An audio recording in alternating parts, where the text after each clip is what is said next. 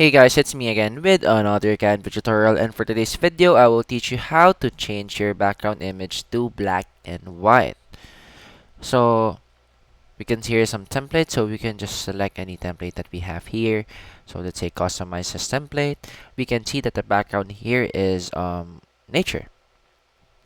So what we're gonna do is we just press this background, or we can just put an element, let's say a person here on top.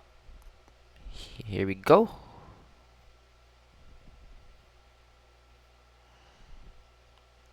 And as you can see, you want to change this background to black and white. So how do we do that? We just press the background, then we press edit image. After editing image here, we can see a lot of things here. So we can see all. Um, we can just go here and press look for adjust. Select this image, then edit image, adjust. Here we go to saturation.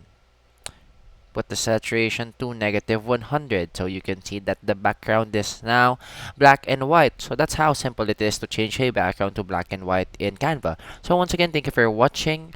Hope you like and subscribe to our channel, and don't forget to press the bell button below for more Canva tips and tricks. Thank you once again.